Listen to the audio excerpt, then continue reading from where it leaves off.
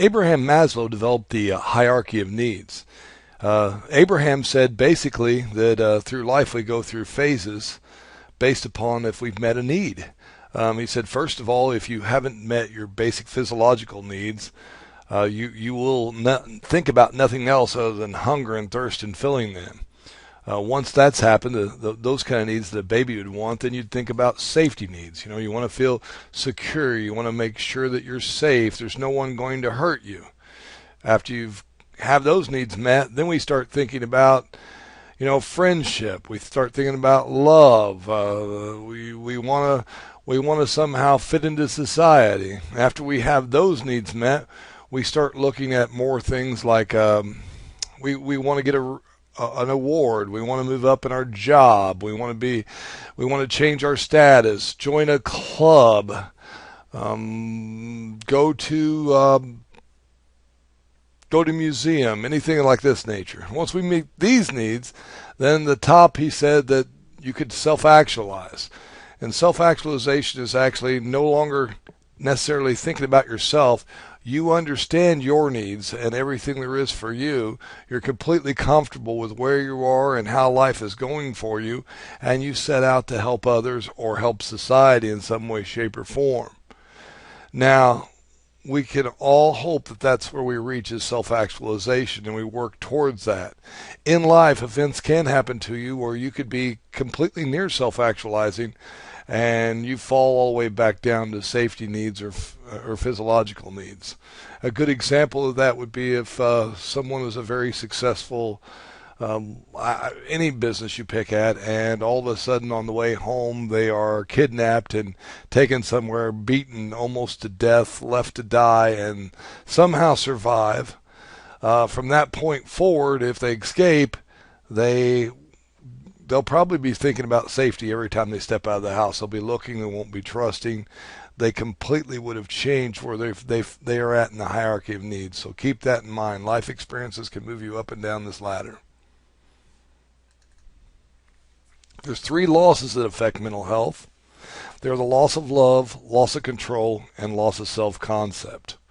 With a loss of love, there's nothing that hurts more, just as it's depicted to the right here, than someone doing something or betraying you that you placed your trust in and believe they are your best friend or believe that they're the perfect person for you. Then we have loss of control. In our lives, we always want to feel like we have some control. When things are going every which way and you feel like you have no ability to influence any of it, that can affect your mental health. And then the self-concept, we could go along and think everything's going great. And then all of a sudden, someone says something, or we're in a rut of some kind, and we no longer believe in ourselves and what we're capable of doing. The leading mental health problem in teenagers is depression, as you see here. Why is it depression? Well, let's look. Some homes, some of the teens are abused or neglected. Either they're physically abused, emotionally abused. They're not receiving love or food or shelter. They don't feel secure. We have some teens that have something wrong with them physiologically or chronically, and there's nothing they can do about it, but they know that they're not the same as anyone else, and that affects them, and it affects their ability to accept their situation. Some families have a history of depression, and this could be led on because of some chemical or physiological problem. If that's the case, there's a chance that it could be passed on to their children. We have a lot of divorces. We have a lot of family disruptions happening. These sometimes lead to depression in the children themselves.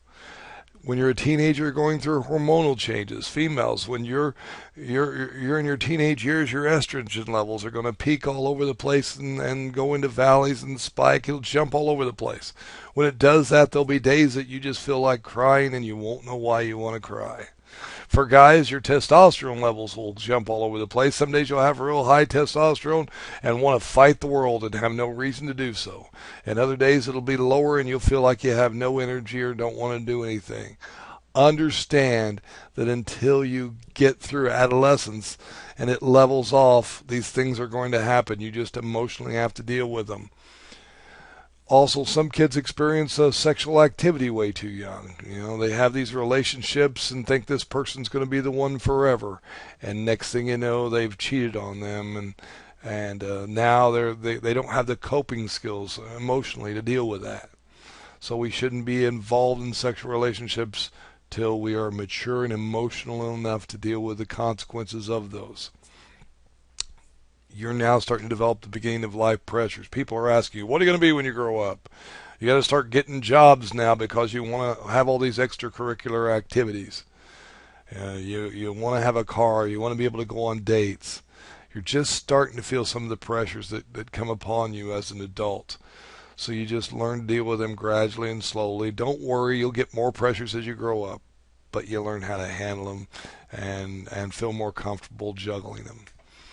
Some people believe there's not much opportunity out here with a poor economy, and therefore they become depressed. Remember, some people are going to become employed, no matter how poor the economy is. Will it be you? Will you put the work in needed to make yourself employable?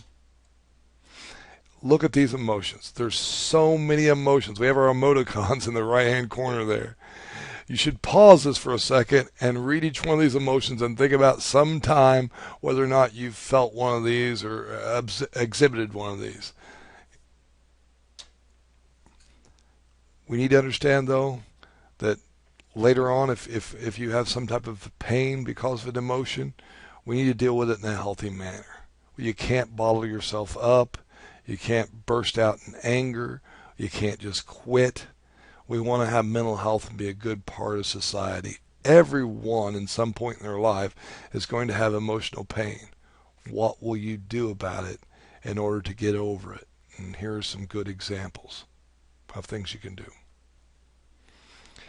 A big part of the problem with our society is a lot of people burst out in anger and do horrible things. Main reason why we burst out in anger and don't control it is we don't realize that anger is not an emotion. Anger is really a result of emotions. Take, for example, let's say that someone you're dating another girl and someone has cheated with her, and you'll get mad and angry at them and want to just tear them up. And someone asks you, how do you feel? I'm angry. No, how do you feel? You feel cheated. You feel like someone stole your girl. She was supposed to be with you and she went with someone else. So the true emotion you're dealing with is cheated. If we think about it and deal with it that way, then we won't lash out so much with anger, and we'll deal with the emotion that we're actually feeling. There are different ways to view time: the past, the future, and the present. We need to examine them from a healthy perspective instead of an unhealthy perspective. When we look at the past, we can reflect on memories of loved ones and stuff like this. We can look back on lessons learned. I'll never do that again. But we should not look at the past and just all we do is focus on our past successes. Back in the good old days, and that's all you ever talk about is of good old days, or you focus on negative events of the past which hold you back. I can't do that. I'm not good enough to do that. I've done this before. That's not a way to examine your past.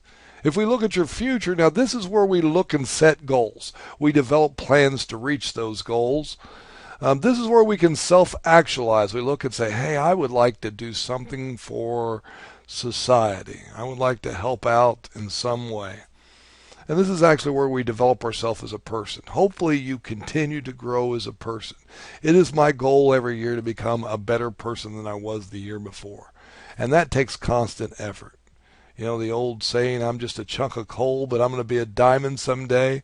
This is the look of the future you should have the way you examine it.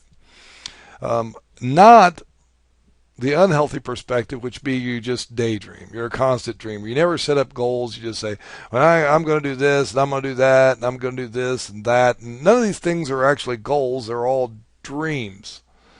Those are really no good way of doing things, and we don't want to focus on despair. We don't want to say, well, there's nothing going on in the future, and for me, and so I might as well just forget it and not try. Then we look at the present. Now, if we do it healthy, we have to stop and smell the roses and be able to live in the moment to be able to enjoy it. This is where we actually work on accomplishing those goals we've established. We put those efforts forward and we measure what we're doing and understand, are we actually getting there?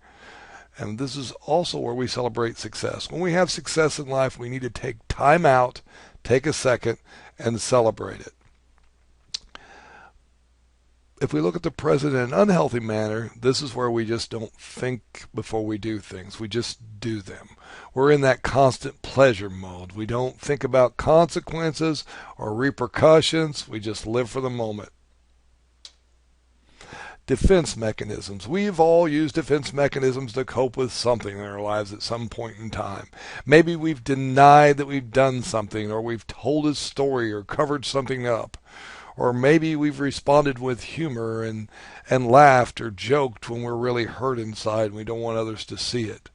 Look over these defense mechanisms and see if there's any of them you've ever used. If some of these words you don't know what they mean, look them up. Your overall mental health status is a combination of your health and risk behaviors. Are you doing healthy things? Or are you doing risk things such as smoking, drinking, alcohol? All those bad things can affect your personality.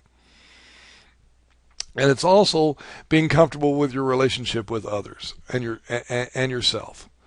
So you got to know who you are, believe in yourself, and believe in what you're doing and working towards. And then you have to think that, am I getting along with others the way I should be?